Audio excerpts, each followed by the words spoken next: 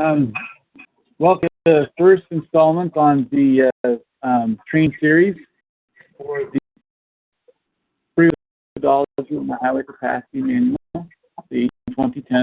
I wanted to remind or let you know that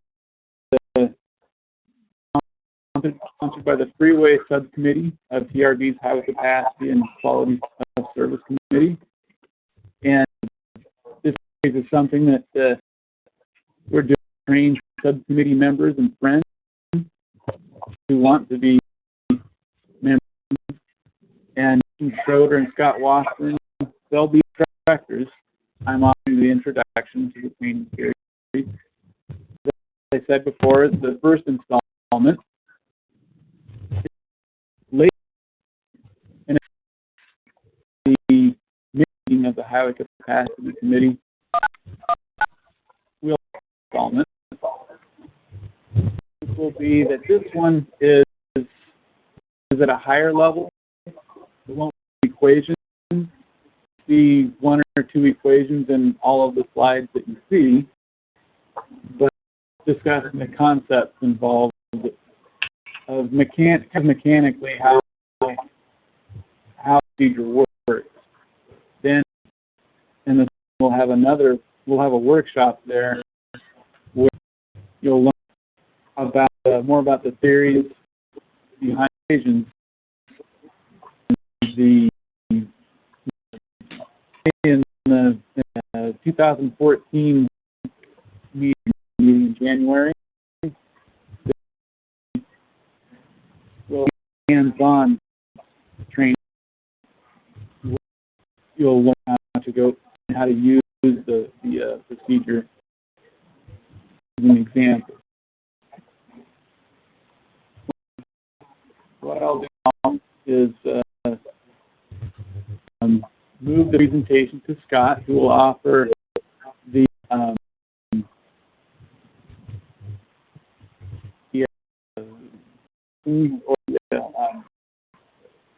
level discussion of the facilities procedure, and then after fashion more details. Before I follow here, this is not a situation where you need to listen to the whole presentation before saying anything. If you have a question, please say it right there when the stop. Time to do that. Okay. Excuse me. If you don't mind, can we go through the list here and do like 10-second introductions? Oh, sure. We can go in the sequence in your list. People can see that. Anybody see the list out there? The list of participants? Name and location and who you work for. Okay. And read the name from the person. Ali Hassabi? Yeah, Hawaii, postdoc researcher at the Institute for Transportation Research and Education at NC State University. Thank you. Sander? Stevanovic, Florida Atlantic University. Ostrom, Senior Engineer, AMEC and Infrastructure. Bezad Akdashi from NC State. You need to speak more closely to your microphone. Okay. Bezad Akdashi from E3 NC State. Great. And, Colin, I'm not sure that is. Steve Stanek? With Baron Pierce. I'm in Sacramento, California. Okay. Steve? With Corporation, Boston. Okay. Dirk?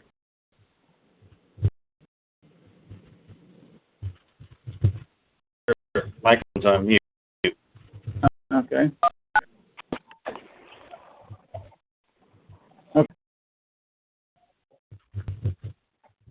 From Hill, Southern California.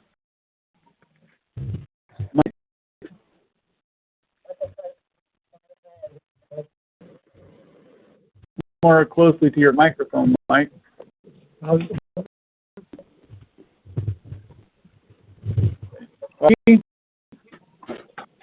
Rafael, Italy, NC State. Thank you. Rick? Sajeev? Jump Hill, Southern California. Okay. Sohail? Jody, Florida Atlantic University. Okay. Anybody not introduce themselves?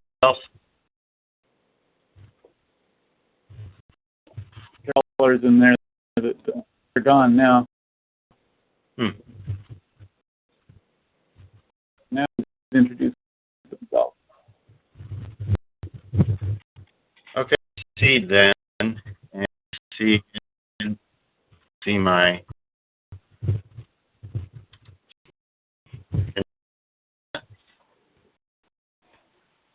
No,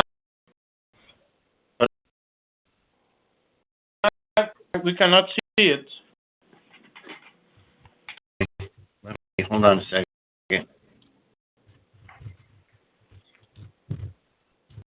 Go.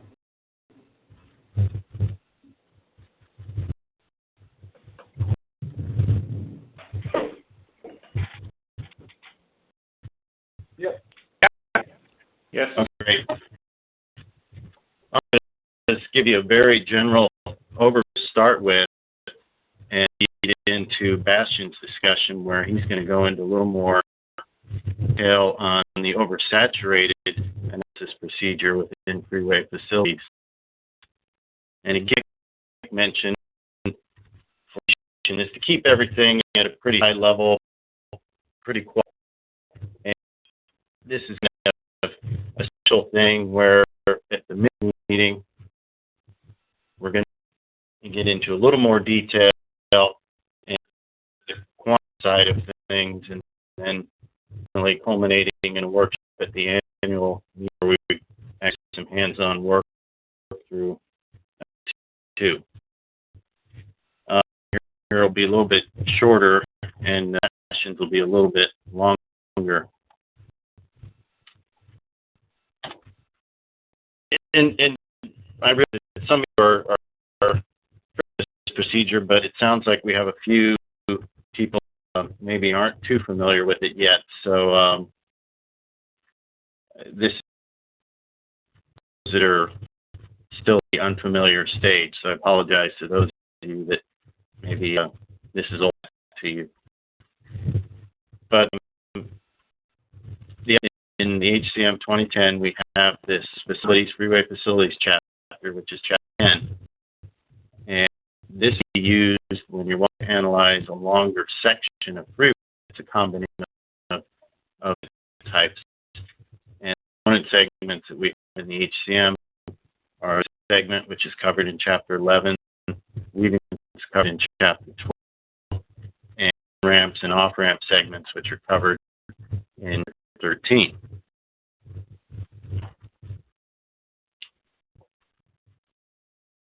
It is broken down into steps. So we have input data, demand capacity calculation, capacity demand to capacity ratios, and computations, which will be according to the undersaturated procedure or the oversaturated, and finishing up with density calculations and levels determination. Basically just specifying all of our input data. Traffic demands obviously are the key to this, as well as segmentation. So segment correctly in your basic segments, off ramps, weaving and off ramps, and so on. There's a special kind of segment type that's not, which is called the overlap segment. is kind of a special, have two ramps that are close spaced together, but connected by auxiliary lane, which would then make it a weaving segment. Aspect to this is to your overall analysis time period and the number of time periods, separate time period intervals within that down into. And either can be very simple or a little more complicated. There's a demand adjustment factor. The free valve software offers an input, and also in the Freeway facilities or in the HCS multiplier if you want to adjust demands up or down. It's complicated if you're trying to work directly from that you've measured out in the field, and I believe a perceptor to try and adjust those so you get your input demands equal to your outputs, but we're not in any detail today. Estimate your capacity for each of your segments, and that's just done according to procedures 11, 12, and 13.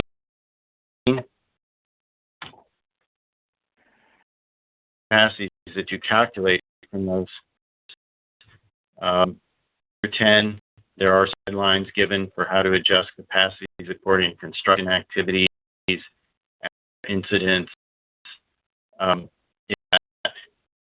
Then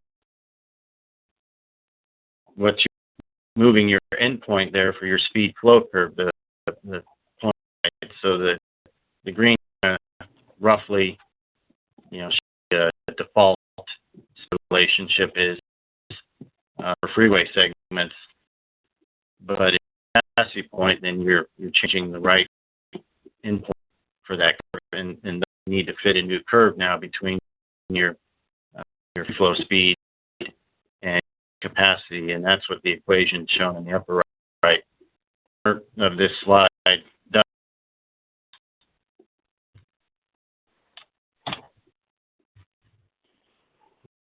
You need to calculate your demand to capacity ratios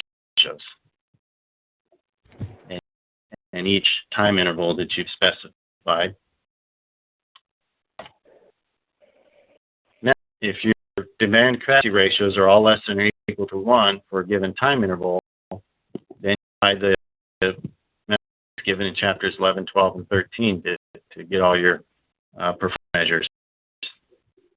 Segment freeway section has a ratio greater than 1 in a given time interval, then saturated analysis procedures apply for all segments and for all subsequent time intervals in which you have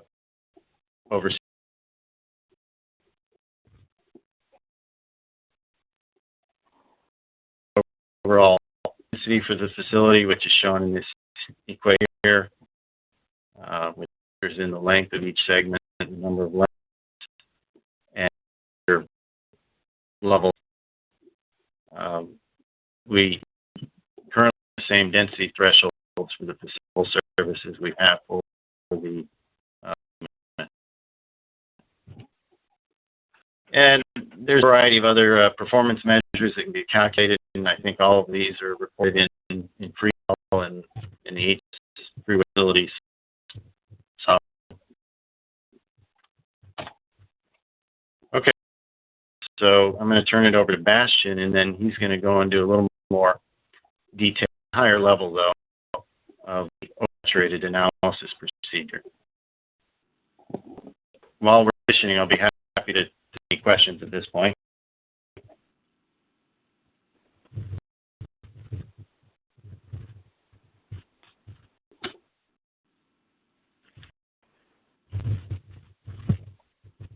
Bastion?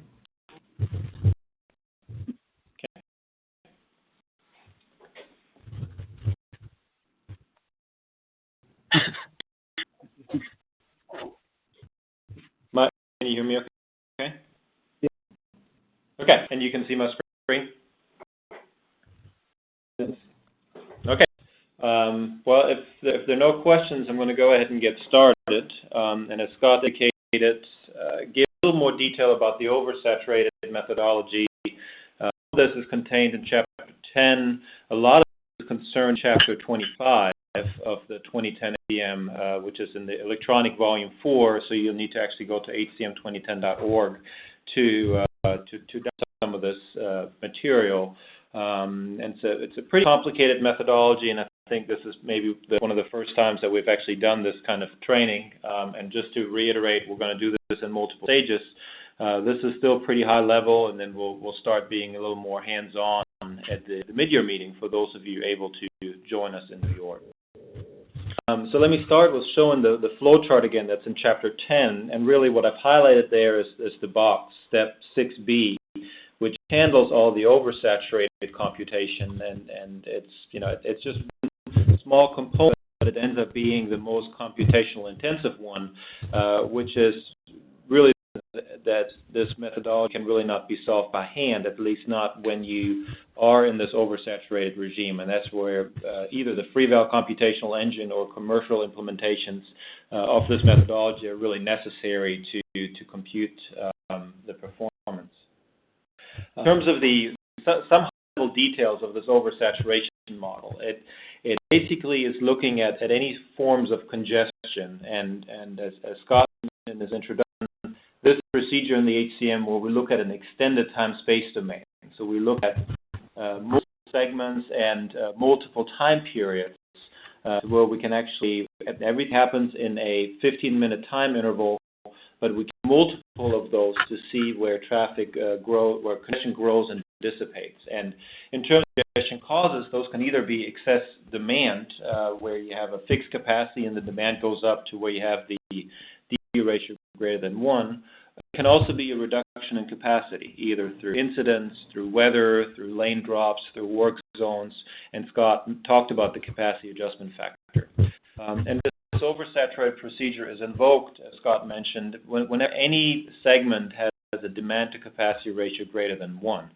At that point, the methodologies in chapters 11, 12, and 13 no longer apply, and this simplified approach is used, which I'll talk about here. Calculations are then made in very short, discrete time steps, and so in a way, we're actually performing a macroscopic simulation using what we're calling a modified cell transmission model approach, and I'll elaborate in the next slide what I mean by that.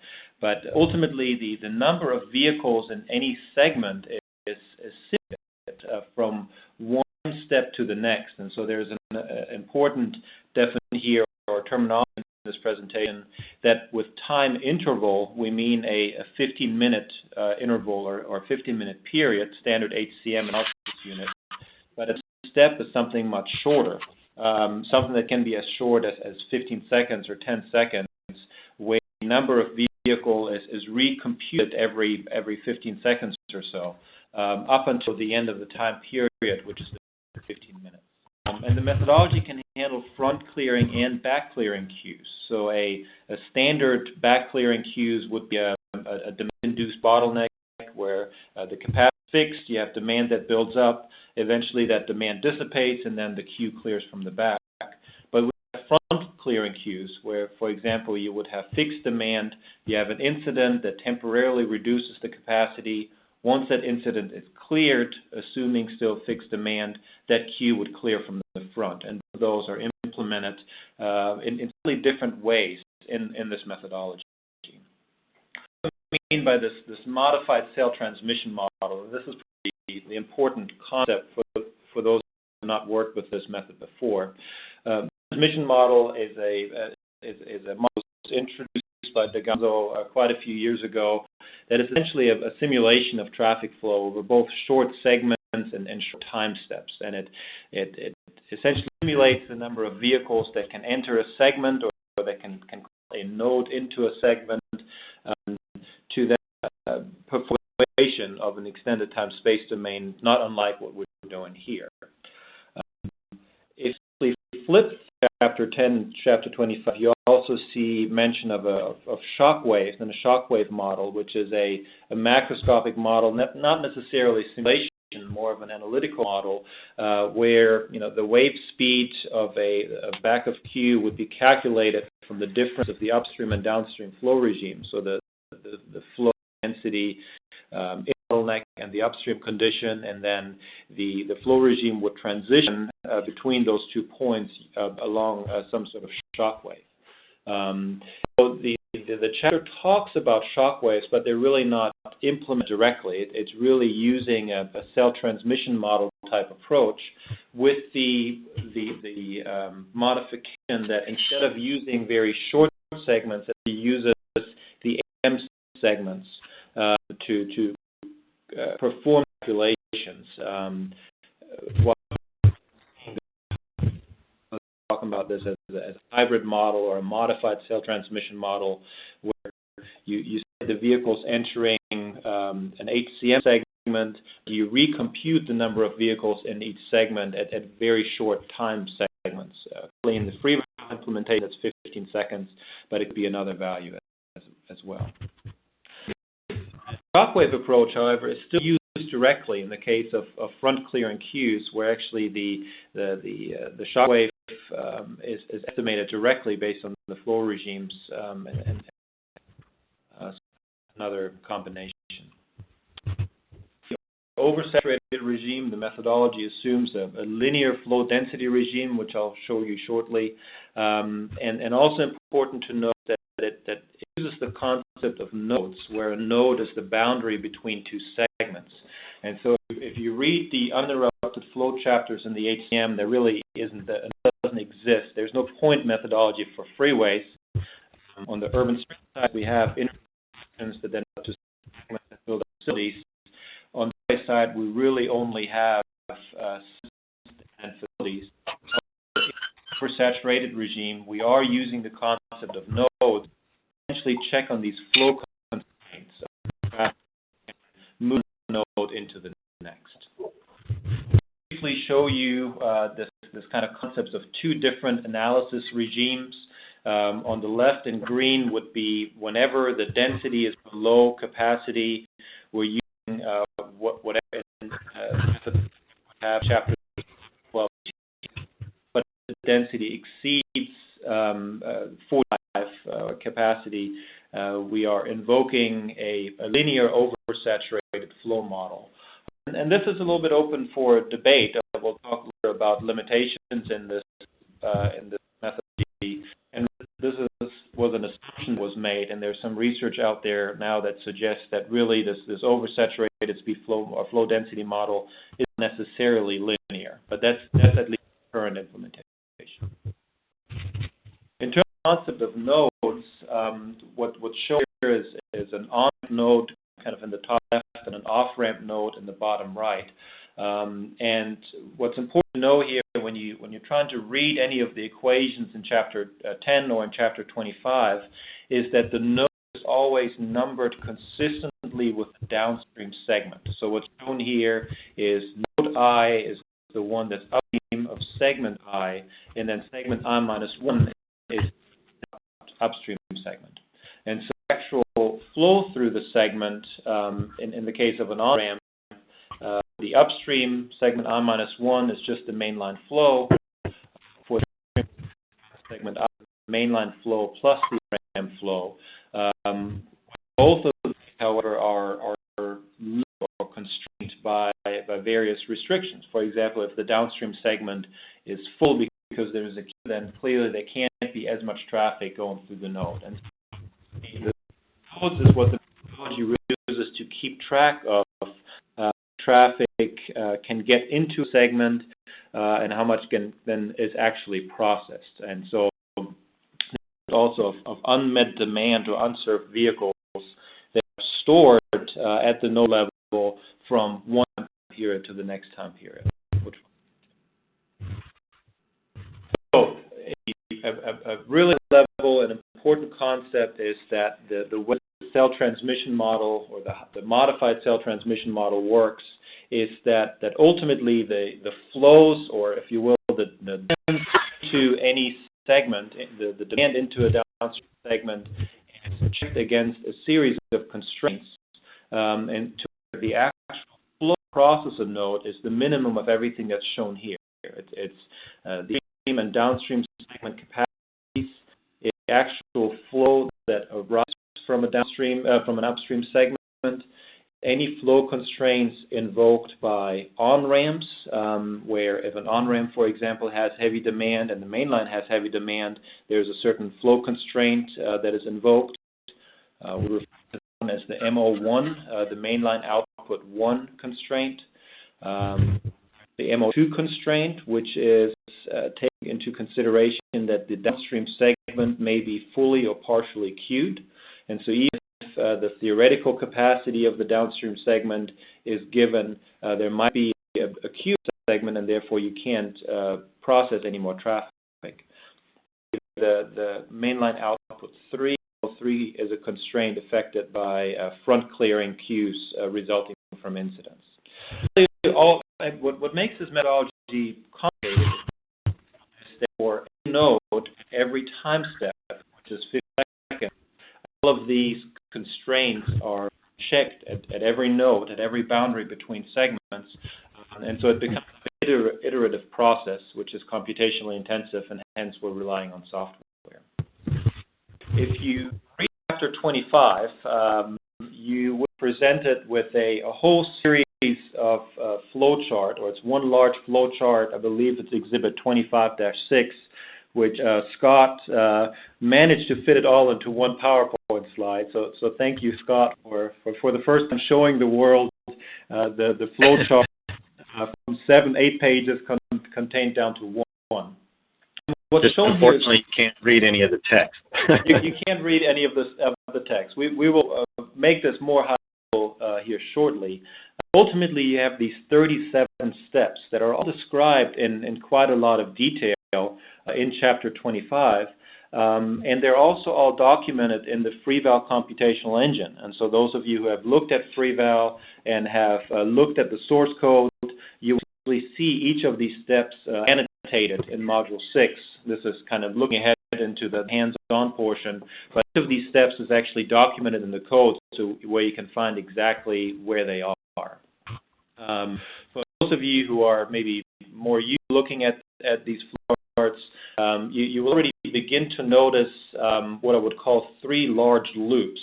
So if you start the procedure down from step 1 down to 15 to 16, if you go up to step 26, which asks the question whether it's the last segment, and there is no, that there is ultimately a loop from step 4 all the way to step 26. So this is the first loop that basically executes this procedure across all segments. If you then go up looking at step 28, there is a second loop that redoes the entire calculations for each time step. This is the 15-second time step in the saturated module. And then step 31 is the third loop, which iterates across the 15-minute time intervals. And essentially, everything that we need to show you here is done for every segment in every step and every 15-minute time period. And so this is these steps are done many times for analysis. Big flow chart off and simplified a little bit into 8 blocks. These are consistent with the dashed lines here. They're consistent with the page layout in Chapter 25. We will now worry more about these blocks as opposed to all the individual steps. And we start the segment initialization. We then check for on-ramp flows. We calculate the mainline input. We then on-ramp flows. We then the mainline output. Then mainline flow. At this point, this is all done at the node level. Then we convert the mainline flow to a segment flow, and then we ultimately calculate performance measures. So in the first block, segment initialization, what we're doing with these 4 is really initializing each segment. So we want to get a sense of the background density for each segment based on the expected demand, which is the user input. What's the background density for a segment? and that may be below capacity or it may be above capacity. This is not necessarily linked at this point to any performance measure. It's just based on the user input. So this is the demand. We then initialize the facility, where we then estimate the number of vehicles in each segment, and this is now already taking input from the previous time step. The number of vehicles may be, for an unsaturated segment, a direct function of the density. For a segment that is part of a queue, it may be the number of vehicles might be at whatever the queue density is. For a segment with partial queue, it might be a combination. And so it's just asking how many vehicles are in each of these segments. And repeat that for each time step and then for the entire facility. When no big calculations have been performed, it's getting an initialization of what's in every segment. Facility, and we look at do we have any off-ramps? And in the case when we have off-ramps, we are basically then checking if there's a flow deficit from this time period. So an ramp, if I'm down at step 8, the outflow without deficit is just the main line plus the on-ramp, which is the total demand coming into the segment multiplied by whatever the turn percentages. The percent traffic exiting the facility, 10%, 15%, that is the off-ramp flow. Or if there's a flow deficit in step 7, because there might either be a queue upstream that's still building, meaning the off-ramp flow is less than the demand, or a queue that's dissipating, meaning the off-ramp flow is actually higher than the demand for that particular time interval. And it is essentially accounting for those queues and matching up what the actual off-ramp flow rate is. So a very critical concept in this entire methodology is the distinction between a user-based input and then the actual volume served, which is the traffic that can actually get processed through a bottleneck. And if an off-ramp is downstream of a bottleneck, the actual off-ramp flow with deficit is a function of whatever queuing patterns happen upstream.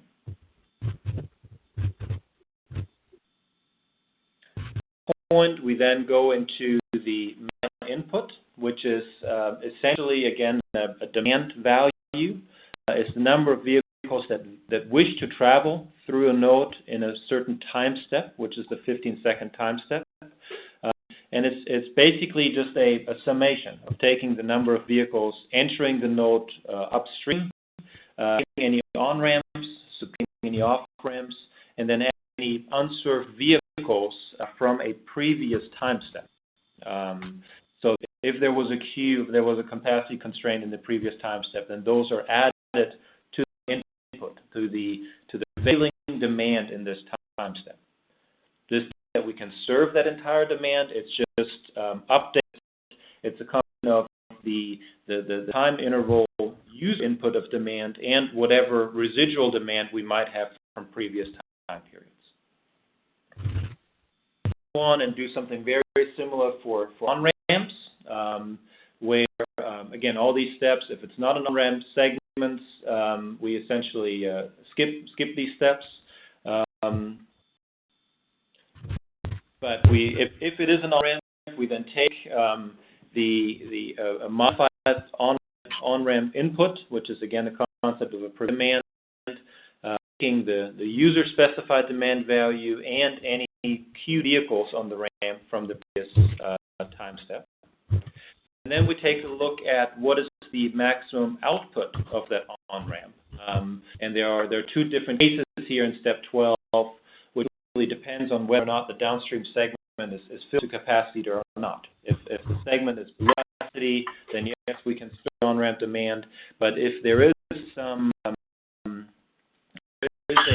capacity constraint downstream, we actually have a capacity allocation algorithm in step 12 that distributes the queue across both the main line and the demand, and the main line and the ramp. I'll talk about this a little bit later. But just trying to ask how much traffic can actually leave the ramp. And then if the on-ramp output, if you will, or capacity is less than the input, then you have to somehow constrain the actual on-ramp flow. And so the demand, the output is, if you will, a capacity, and then the actual on-ramp flow is the based on what the capacity is, and then the residual there is then transferred as unmet demand into the next time interval. If you will, the step 14 of time step T ends up being an input into step 11 of time step T plus, where you have residual demand from the previous time interval. If it's constrained, then of course we can process in step 15. We process the entire flow equal to the input. Move on from there. So we have basically looked at specifying the demands for the off ramps, for the mainline input, and for the on ramp segments. Now we go into the mainline output module, which is the one where all the various flow constraints are applied. Of what the different demand patterns are for the ramps, for the mainline. We know which constraints do we have to take to limit the demand calculated previously before we apply the actual flow, the volume served for the areas. And so we start with the MO1 constraint, which is the one that's looking at any on-ramp capacity constraints. We then look at if there's a queue in the segment, we check for front clearing queues. If there's a front clearing queue, we invoke the MO3 constraint. If there's we actually get the density in the queue, and then estimate the MO2 constraint, which is limiting how much traffic can enter either a fully or partially queued segment across that node.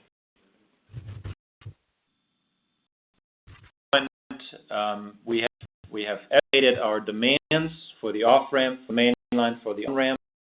We then estimated our capacity constraints for each of the nodes. Now, in the next steps, we translate that into the mainline flow, which, if you will, the volume served, which is the sum of all these various terms that we have previously calculated.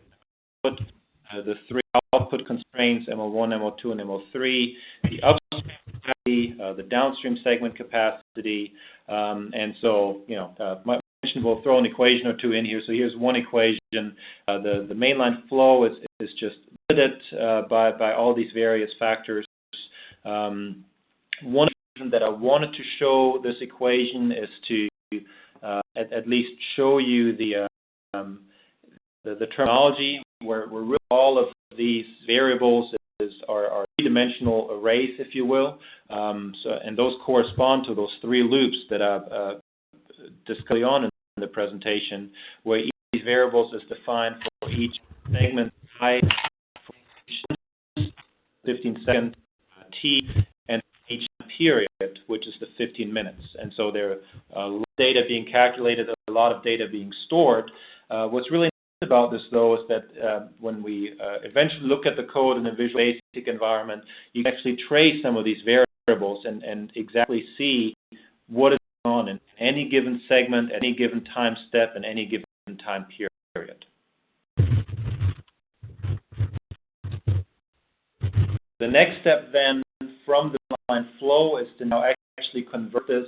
Up to the point we're still at the node level. The next step now is to convert that to the segment level. We do a quick at the front, then it doesn't apply.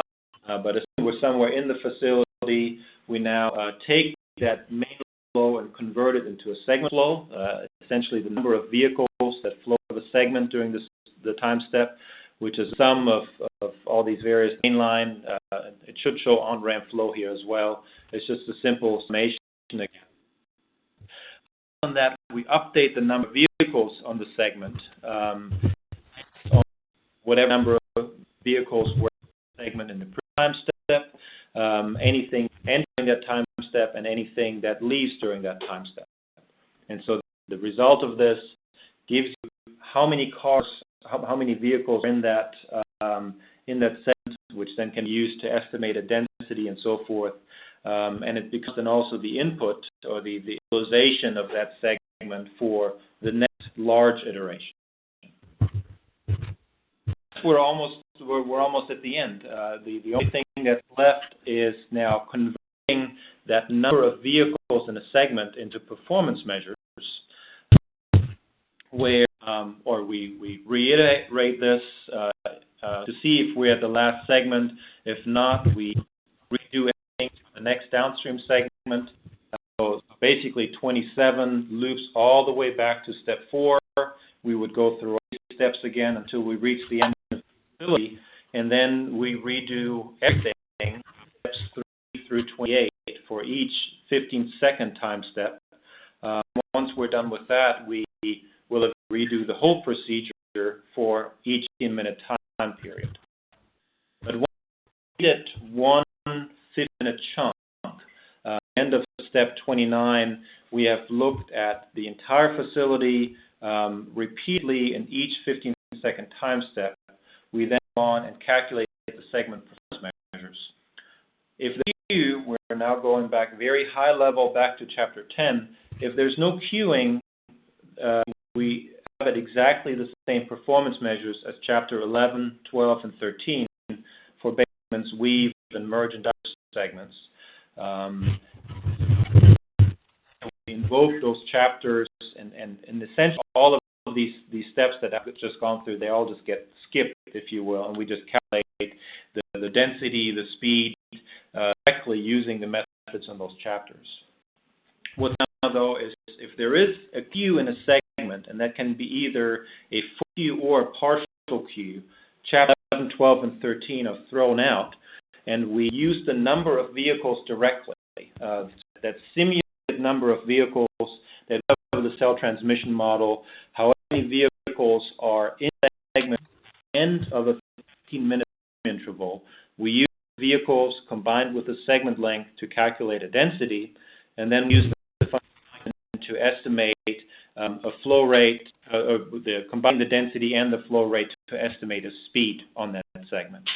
And that speed that's used as an output, that's the speed that's converted into a travel time, and ultimately aggregated for the overall performance of the facility.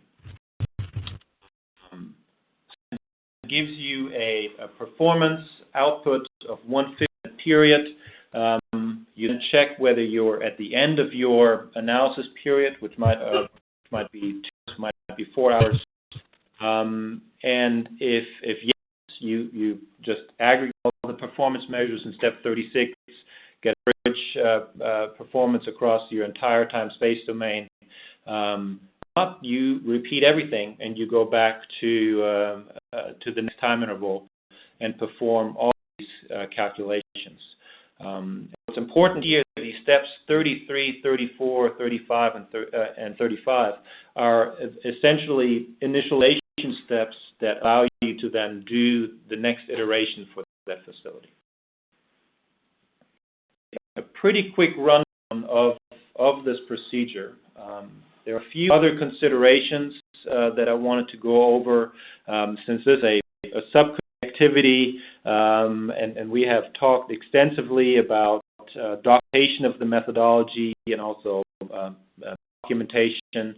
There are 2 cases that, to my knowledge, are not documented in either Chapter 10 or 25. One is the on-ramp queue spillback model. So whenever you have a queue that spills back to an on-ramp segment, there is some allocation of the queues between the main line and the on-ramp itself.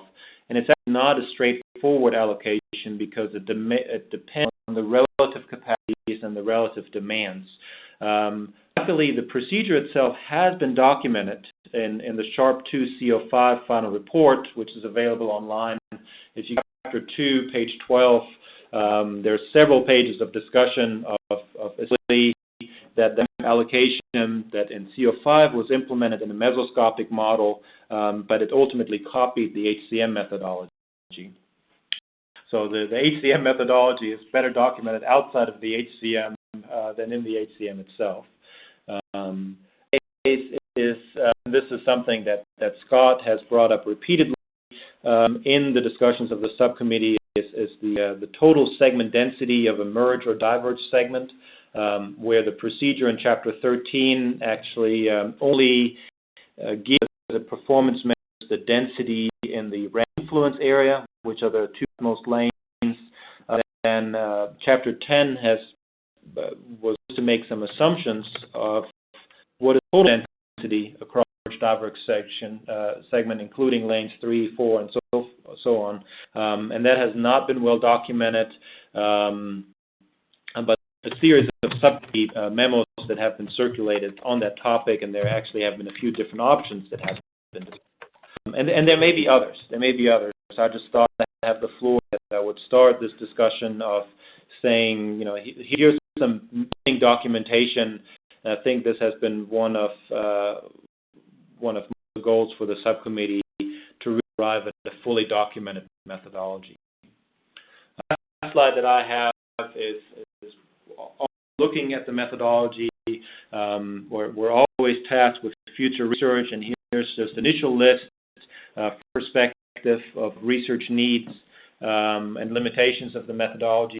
An off-ramp spillback model. Anytime you have a congested off-ramp or you have a ramp terminal and an interchange that spills back onto the freeway, those congestions accounted for. Not tested very well for interacting bottlenecks when you have one queue spilling back into another queue. Sharp to L08, we have done some research on two capacity implementation and incorporate discharge drop into this methodology, but not formally in the chapter. The calibrated and validated overstated speed flow curve. I mentioned a linear relationship that really is not necessarily based on data, and so there's some work needed to be done there.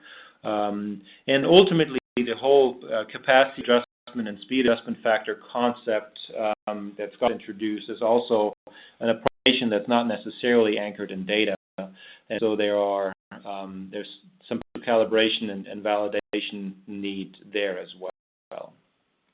That brings me to the end.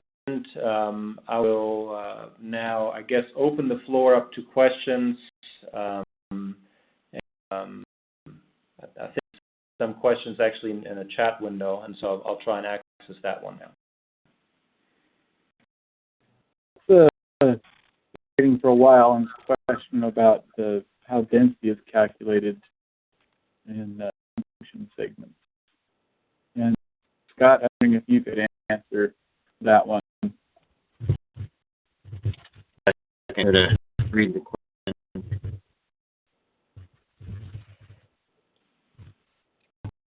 The last part of your presentation, the issue with using total segment density for ramp junction segments as opposed to using the ramp influence density.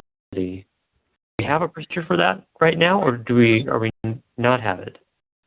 We have one that's documented. If I remember correctly, the assumption used in the Freeway program is the total flow rate for the segment is divided by the speed for the whole section, or I should say segment, to get the segment density. Excuse me. As Jim was mentioning, the only way to do it, and a couple of alternatives proposed that I'm still in the middle of delivering correctly, Mike. I think Mohammed was working on doing calculations. That's right. He wrote the Freeway Facilities Program for the HCS. A slightly different method, which uses answers in certain cases. So that kind of all came about when I checked results getting from my software against those from what's for the overall density for the and so that's what kind of got this whole and it all goes back to the fact that the speed estimation equations we have for the ramp segments methodology basically the fundamental flow equal to speed times density relationship. If you use the speed and density estimation equations, the factors, and then those to calculate, you're not going to get the same thing you get if you just set Q times K. There's no real nice theoretical or elegant to this matter. We just have to kind of think what give us the most reasonable results for the majority of the cases, I think. Okay, did I answer your question?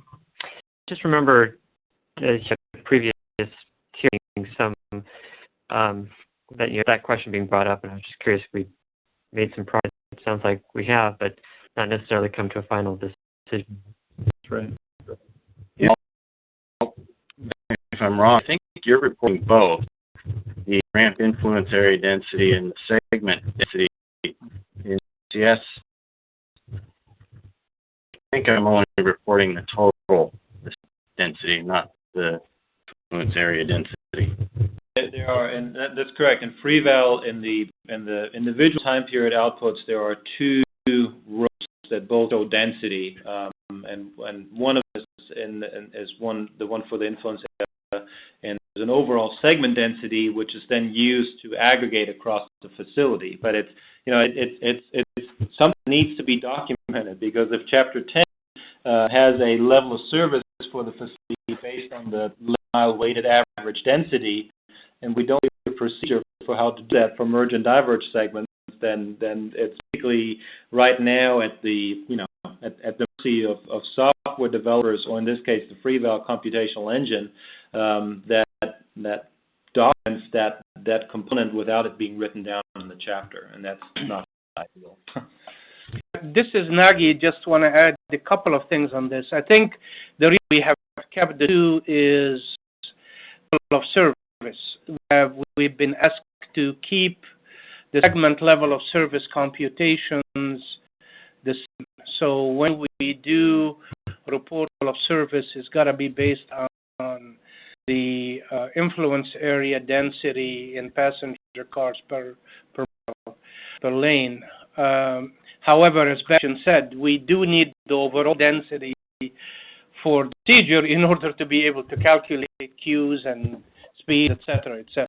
So that's the rationale for keeping the two, but I think there is a need to come to an agreement on how to compute the overall density. Yeah. Oh, good. Okay, I guess the next question is from Rick Howling, and you addressed it to Bastion. Go ahead and ask it. Yes. I remember when I was doing, I set up a simple little test with FreeVal, that pipeline, and the ramp domains to create a bottleneck downstream of ramp merge. And at that, FreeVal was propagating the entire queue onto the down the main. So I was wondering if that had been taken care of.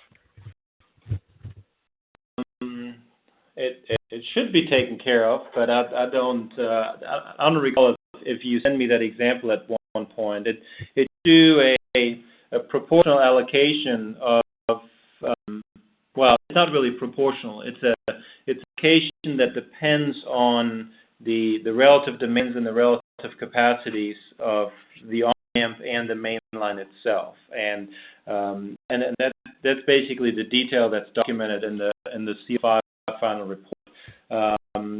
There is a regime where the ramp is allocated to the queue is allocated to the on-ramp and none is allocated to the freeway. And I think trying to remember now what that condition is, but it has something to do when the main line itself is unsaturated by some percent, and the ramp itself is the bottom. There is still a case in that situation where we're describing it. They're predefined. So I guess to answer the question is that there are cases where that might occur, yes. Whether in the case you tested, whether that was correct or whether the software glitch, I don't know. But I can I can work on pulling up that sharp figure at least of what that might look like since we have webinar capabilities. Thank you. Matt, Baskin, Scott, let's do this question from Mike Kite. Let's see, his question, his microphone's not working, so let me read it. Isn't the assumed limitation on the freeway facility that assumes that traffic demand for the initial segment must be to reach the last segment within 50? Are assumptions like this that should be stated? An assumption, and I think maybe it's buried in the text somewhere in chapter 25. It raises a good point that probably we draw those kind of basic assumptions out a little bit better and maybe have a standalone.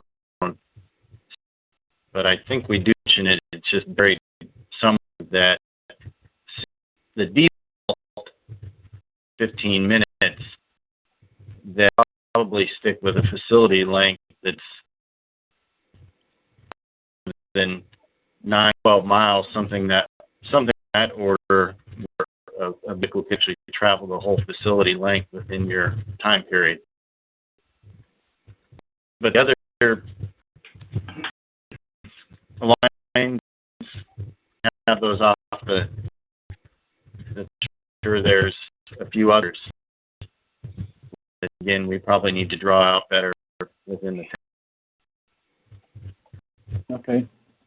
Thanks. I think Bastion's got the document up now that he was looking for. I did see another question from Dave, if it went. Oh, go ahead, Scott. Except now, but it had to do with figures we were showing an on-ramp actually has a lane addition, and so he was asking whether that's treated as a basic segment, and it is. And this is documented as clearly as it could be, but eval, and I just replicated that behavior in the HCS version of the software as well, that where you have on-ramp results in a lane addition, or an off-ramp that results in lane drop, but it's just as basic segment. Yeah. I actually looked into that question a while ago, and basically, if you go back to the HCM 2000, the on-ramp, off-ramp chapters in the HCM 2000, there is a special case paragraph that explicitly states that an on-ramp with a lane is treated as a basic segment, and an off-ramp with a lane drop is treated as a basic segment. But that paragraph disappeared in HCM 20. Yeah. My memory now, and it sounds familiar. We had something explicitly in 2000, and somehow it got dropped into 2010. But right. So there's any knowledge as to why that might have gotten dropped? So it might have just been accidental.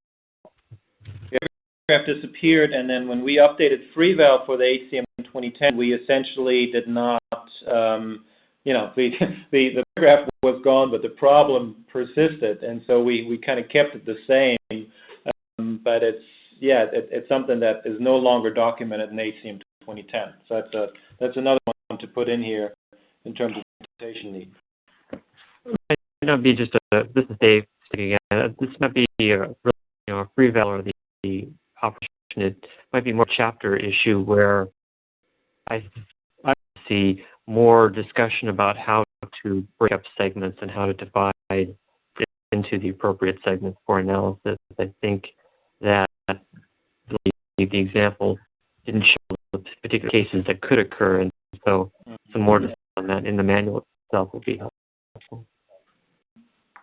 Suggestion and something we should think about for the 2015 update and include some specific goals, configurations, facility configurations, and look at the different alternative configurations you can have, and then show how those would actually be set for analysis purposes and methodology.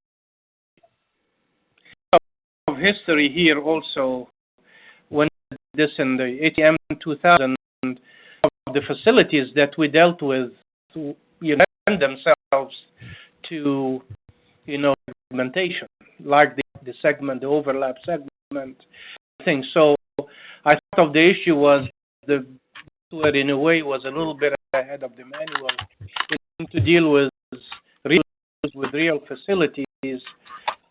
Eventually, some of which were documented and some were not.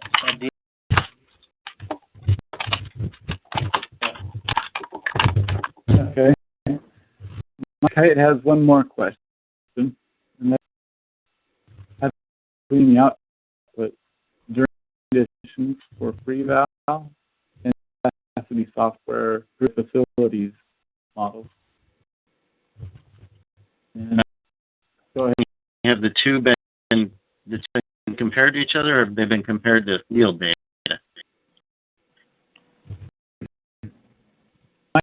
Kite's not the to field. I've done much of that with the HCS Freeway facilities. I have a fair amount of comparison between two software programs. At least not agreement, but there's a few little things that have popped up in some tests that I one of these days need to find the time to get together on and see if efficiencies are coming from. But my program in my Freeway operations class, and we have our Freeway archive where we get all the data from the traffic management centers, and so I have, in this case, replicate a section of the I-4 freeway facility in downtown Orlando, and we get field data. But done too much beyond as far as trying to compare the actual traffic in I-4. Again, maybe this is Nagy. The paper that was written up by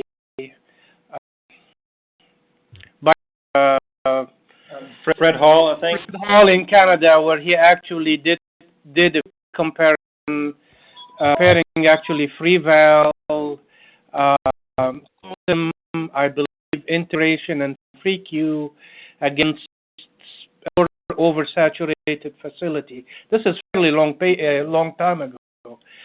Maybe it's a 1998 or 1999 paper, Transportation Research Records. If you're interested, then at least give you the location of that paper. And the bottom line is, both FreeVal and FreeQ did compare much better than some of the microsimulation models. And even though most of this was done with the existing methods, there is some comparison with field data. Examples too. I know we wrote a paper a few years ago on actually validating work zone performance with field data, and Mohammed Hadi has done quite a few papers on comparing with field data. So there have really been some examples, some validation examples.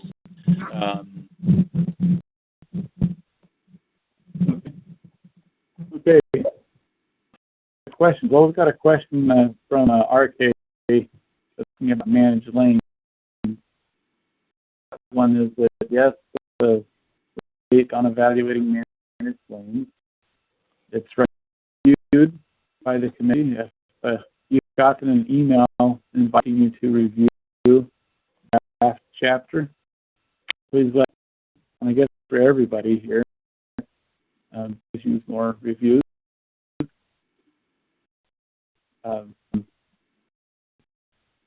We'll invite you to do that. Now, if anyone else has any questions? Let me go back to Rick's question, Rick Dowling's question regarding the ramp allocation.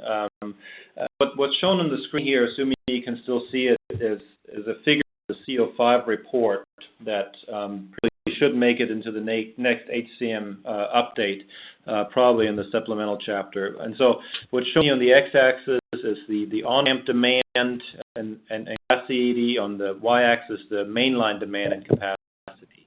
I think the regime you're talking about is regime 1, where the free mainline itself is below the downstream capacity, with dashed line, but the demand is actually above the ramp capacity itself. And so if I scroll down, there's actually example applications in the CO5 report for each of those.